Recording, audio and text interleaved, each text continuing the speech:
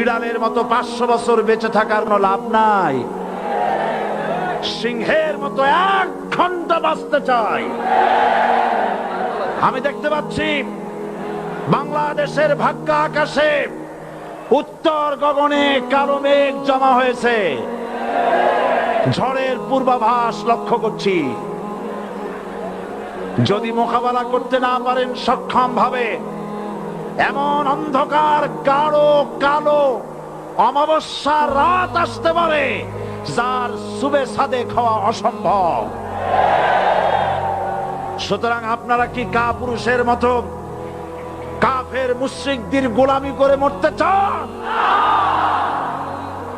বিড়ালের মতো 500 বছর বেঁচে থাকার কোনো লাভ নাই। সিংহের মতো 1 ঘন্টা বাঁচতে চাই।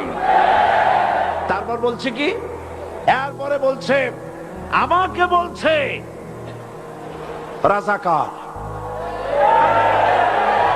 শুনে রাখো চট্টগ্রামের লক্ষ লক্ষ জনতা, পার্লামেন্টে যখন আমাকে এই কথা বলা হয়েছিল, আমার পার্লামেন্টের কলিগ জাফরুল্লাহ চৌধুরী সাহেব বসে আছেন এখানে, হ্যাঁ, জাফরুল ইসলাম চৌধুরী বসে আছেন পাশে, প্রধানমন্ত্রী সুদ্ধা, অন্তত 3 শতাধিক পার্লামেন্টের সম্মানিত সদস্যরা সেদিন বসা। 1997 সনের বাজেট বক্তৃতা যখন আমি করতেছিলাম, ডক্টর কুদরতে খোদা, নাম রাখছে কুদরতে খোদা, আসলে গজবে খোদা।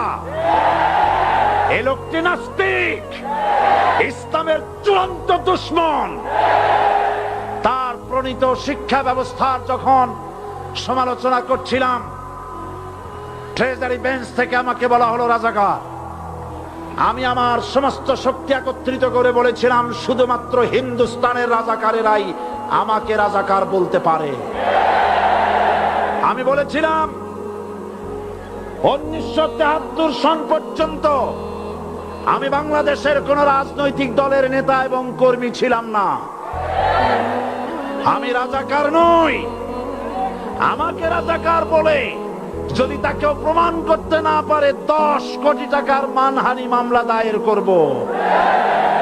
আমার এই বক্তব্য সারা দুনিয়া শুনেছে। পার্লামেন্টে আমার এই বক্তব্য রেকর্ড হয়ে আছে। সেদিন 3 শতাধিক পার্লামেন্ট মেম্বারের কেউ আমার চ্যালেঞ্জ গ্রহণ করেন নাই। যে কোনো ব্যক্তি পার্লামেন্টে গিয়ে আমার বক্তৃতা দেখে আসতে পারেন।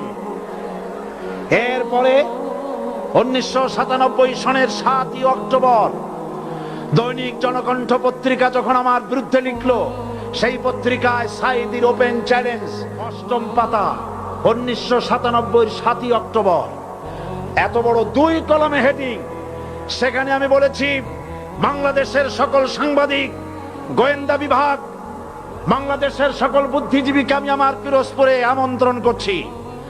আমার উপস্থিতিতে যদি কেউ প্রমাণ করতে পারে বাংলাদেশের স্বাধীনতা যুদ্ধের বিরুদ্ধে আমার কোনো ভূমিকা ছিল, সজ্ঞানে স্বেচ্ছায় জাতীয় সংসদের সদস্য পদ থেকে পদত্যাগ করব। 3 বছর পার হয়ে গেছে, আজ পর্যন্ত কেউ এই চ্যালেঞ্জের মোকাবেলা করে নাই। সুতরাং আমাকে যারা রাজাকার বলবে তারা পিতৃ পরিচয়হীন অবৈধ সন্তান। 1971 সনের, শোনো মুসলমানেরা, 1971 সনের কোন কাদা সাইদির গায়ে লাগে নাই।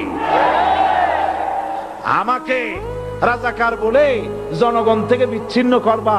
জনগণ থেকে আমারে বিচ্ছিন্ন করা যাবে না, কারণ এই জনগণ আমার জন্য আসে না।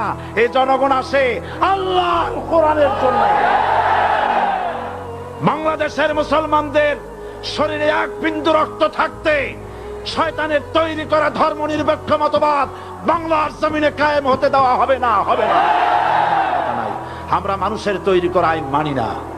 12 কোটি মুসলমানের দেশে আইন তৈরি করবে মানুষ, আমরা মানব না।